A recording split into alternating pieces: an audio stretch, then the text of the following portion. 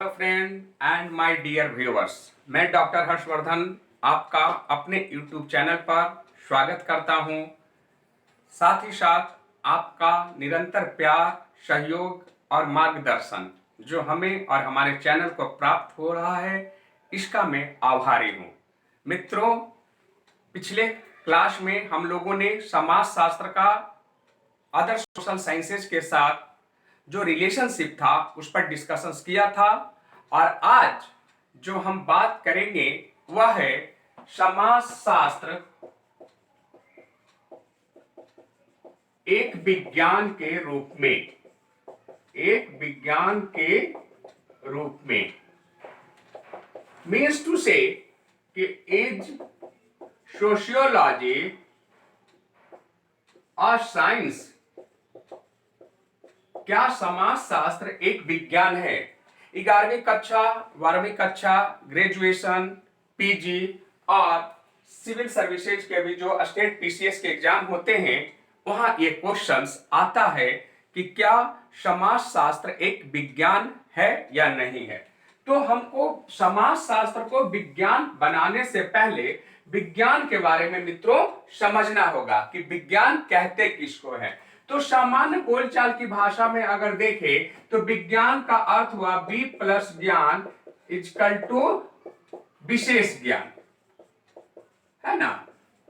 जब हमें कोई विशेष ज्ञान प्राप्त होता है तो उसको हम विज्ञान के रूप में रखते हैं, क्योंकि यहां से जब विशेष ज्ञान किसी चीज में प्राप्त होता है तो वहां प्रक्रिया सैद्धांतिकरण की ओर, जनरलाइजेशन की ओर मुड़ती है। लेकिन विज्ञान को अगर हम देखें तो जब किसी विषय वस्तु पर हमें विशिष्ट परीक्षणात्मक ज्ञान प्राप्त होता है, यानी कि स्पेसिफाइड एक्सपेरिमेंटल नॉलेज जब हम गेन करते हैं तो इसी को हम विज्ञान कहते हैं। किसी भी विषय वस्तु में जब हम स्पेसिफिक एक्सपेरिमेंटल नॉलेज गेन करेंगे तो वो विज्ञान की श्रेणी में आएगा। अब विज्ञान का कंपोनेंट्स क्या क्या है जिसको हम देख सकते हैं ताकि हम इसको विज्ञान कहेंगे। तो पहला कंपोनेंट्स हम देख सकते हैं इसका observation and collecting of data. दूसरा जो हम देख सकते हैं इसके अंतर्गत वो देख सकते हैं हम मित्रों classification and generalisation of data. और फिर उसके बाद हम तीसरा जो देख सकते हैं वो है जनरलाइजेशन मतलब सामान्यीकरण। कहने का तात्पर्य है कि हम इसमें कलेक्टिंग करते हैं डेटा का, रिकॉर्डिंग करते हैं डेटा का, है ना। कि जब हम कोई भी विज्ञान के कंपोनेंट्स में देखेंगे तो उसमें ऑब्जर्वेशंस रहेगा, उसमें डेटा का रिकॉर्डिंग रहेगा, या हम उसमें कलेक्टिंग करेंगे। फिर हम क्या करेंगे, जब हम क्लासिफिकेशन करेंगे तो डाटा को जनरलाइज करने के पहले उसको ऑर्गेनाइज करेंगे, है ना। डाटा का सारणीकरण बनाएंगे, ऑर्गेनाइजेशन करेंगे डेटा का, और फिर उसके बाद हम इन सारे डेटा को जब कलेक्ट कर लेते हैं तो एक सामान्यीकरण की प्रक्रिया होती है जिसे हम लोग जनरलाइजेशन के अंतर्गत रखते हैं। इसके अलावा जो सब कंपोनेंट थे उसमें अगर हम देखें तो साइंस में क्या क्या यूज होता है। ऑब्जर्वेशन हमने देखा इसमें हाइपोथेसिस, हमने देखा इसमें आपको जाकर शेड्यूल्ड, हमने इसमें आपको देखा साइंस में डेटा कलेक्शन, चाहे वो primary sources of data collection हो या secondary sources of data collection हो। फिर उसके बाद इसमें हमने क्या देखा, फोरकास्टिंग यानी कि भविष्यवाणी करने की क्षमता। फिर हम जहां डेटा है वहां से हम और देखेंगे कि इंटरप्रिटेशन ऑफ डेटा, ये साइंस के अंतर्गत आता है इंटरप्रिटेशन ऑफ डेटा। फिर हो गया उसका कॉज एंड इफेक्ट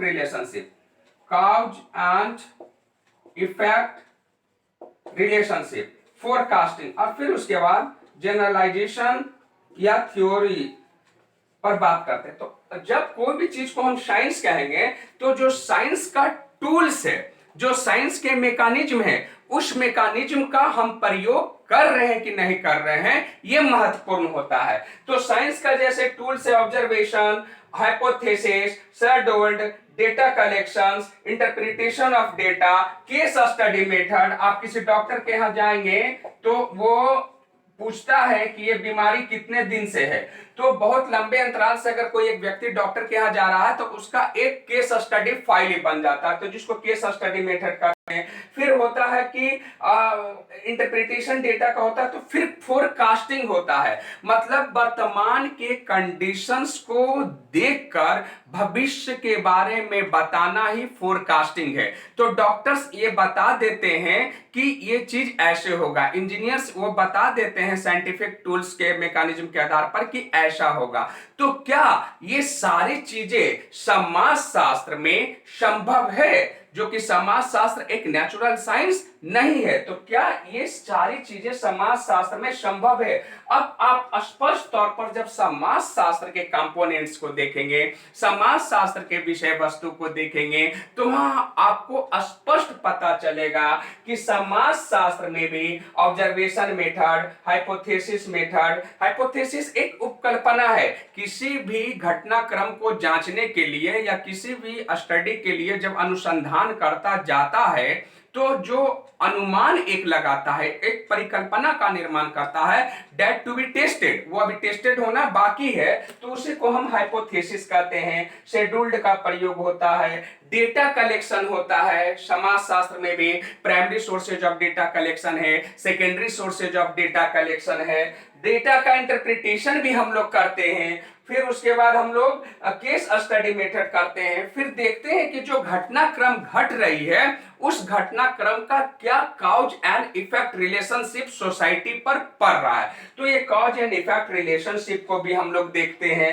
और फिर उसके बाद हम लोग फोरकास्टिंग भी करते हैं कि अगर समाज में वर्तमान परिप्रेक्ष्य में जो स्थितियां मौजूद हैं अगर वो यथावत बनी रही तो भविष्य समाज का, future of the society so and so ऐसा होगा। ये फोरकास्टिंग करता है कौन? सोशियोलॉजिस्ट करता है, समाजशास्त्री करता है। आप इमाइल दरखान के मेथोडोलॉजी को देख लीजिए, आप पियर्सन के मेथोडोलॉजी को देख लीजिए, आप सिमेल के मेथोडोलॉजी को देख लीजिए, वहां पे जितना सिद्धांत उन लोगों ने दिया सोसाइटी को, वहां पे उन लोगों ने कॉज एंड इफेक्ट रिलेशनशिप को भी देखा। अब कॉज एंड इफेक्ट रिलेशनशिप कहने का मतलब है कि अगर हम मेडिकल क्षेत्र में इसको लेकर चले तो डॉक्टर एक दवा से नहीं ठीक होने पर दूसरी दवा का प्रयोग करता है, तो वो क्या देखता है? उसका कारण और निवारण दोनों ढूंढने की चेष्टा करता है।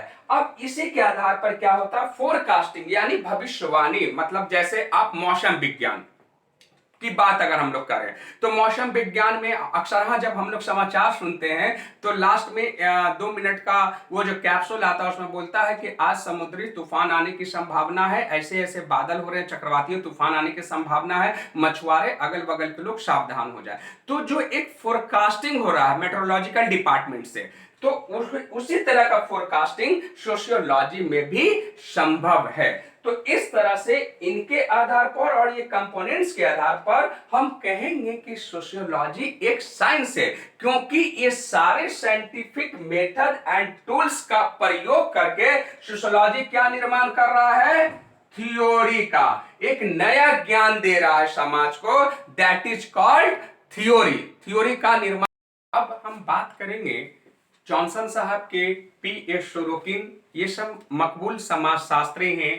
तो पी.एस. सोरोकिन साहब ने कहा, पी.एस. सोरोकिन साहब ने कहा कि sociology equal to n+1, sociology equal to n+1, मतलब एक केमिस्ट्री का ये समीकरण दिया। जे n का मतलब हो गया नेचुरल साइंस +1 यानी सोशल साइंस। इसी तरह से प्रोफेसर जॉनसन ने लिखा है कि it is empirical, sociology is empirical. Empirical का मतलब होता है अनुभव से, अनुभवाश्रित। अनुभवाश्रित कहने का मतलब है कि जो ज्ञान हमें एक्सपेरिमेंट के आधार पर प्राप्त हुआ है, अनुभव के एक्सपीरियंस के आधार पर प्राप्त हुआ है, यानी इसमें कल्पना के लिए कोई जगह नहीं है। इसके बाद इन्होंने कहा इट इज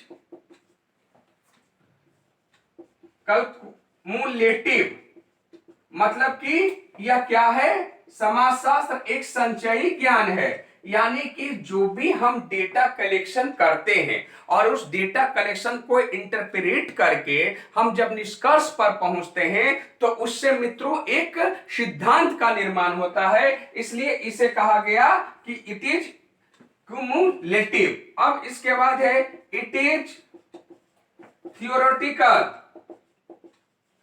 फिर वही बात कि डेटा कलेक्शन के बाद जब हम निष्कर्ष पर पहुंचेंगे तो निष्कर्ष के बाद एक सिद्धांत का निर्माण होगा, तो इट इज थियोरेटिकल। और जो है इट इज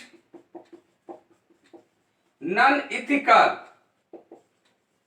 नॉन इथिकल कहने का मतलब है कि यह जो विज्ञान है वह नीति निरपेक्ष है। यह विज्ञान क्या है, नीति निरपेक्ष है। जैसे अगर हम थोड़ी देर के लिए मेडिकल साइंसेज की बात करें तो मेडिकल साइंसेज में चाहे युद्ध भूमि में गोली किसी को लगी हो या फिर अपराधी के द्वारा किसी को गोली लगी हो, डॉक्टर को इससे कोई मतलब नहीं है। डॉक्टर का सिर्फ एक उद्देश्य होता है, व्यक्ति की जान बचाना, है ना, चाहे वो सैनिक हो या अपराधी हो। मतलब कि वो क्या है इससे बहस नहीं करता, क्या होना करना चाहिए इससे बहस करता है। अब ये जो सोशियोलॉजी है वो नॉन इथिकल है, यानी समाज में जो वर्तमान में स्थितियां मौजूद हैं उन स्थितियों को सोशियोलॉजी एज इट इज रख देता है, उसमें कोई वो अपना नुक्ताचीनी या सब्जेक्टिव पॉइंट ऑफ व्यू नहीं डालता है।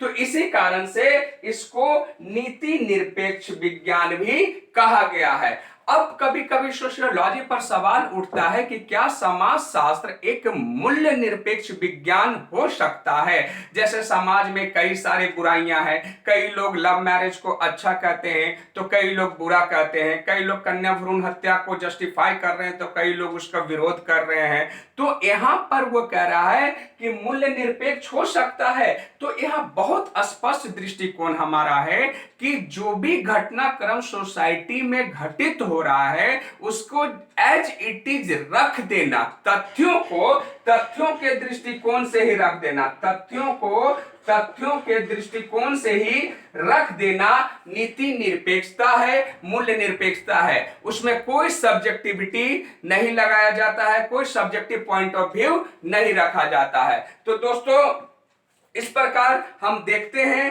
कि क्या अच्छा है क्या बुरा है, इससे सोशियोलॉजी को कोई लेना देना नहीं है। सोशियोलॉजी एज इट इज जो पोजीशंस है, जो कंडीशंस है, उसको सोसाइटी के सामने रखता है। तो दोस्तों आज जो हमारा वीडियो है यही तक का है और इसमें हमने समाजशास्त्र को एक विज्ञान के रूप में देखा है और फिर मैं अगले विषय पर चर्चा और परिचर्चा करूंगा। कार्ल पियर्सन का एक बहुत ही महत्वपूर्ण शब्द है कि कोई भी सच्चाई या तथ्य के लिए हमें अनुसंधान करना पड़ता है, हमें साइंटिफिक टूल्स का प्रयोग करना पड़ता है, चाहे वो खगोल विज्ञान का प्रयोग हो या समाजशास्त्र का प्रयोग हो या फिर बंद लेबोरेटरी में, बंद कमरे में जो लेबोरेटरी में बायोलॉजिकल का एक्सपेरिमेंट हो, प्रैक्टिकल हो या फिर केमिस्ट्री का प्रैक्टिकल हो। तो मित्रों इन्हीं शब्दों के साथ हम आपसे विदा लेंगे। शुक्रिया, धन्यवाद।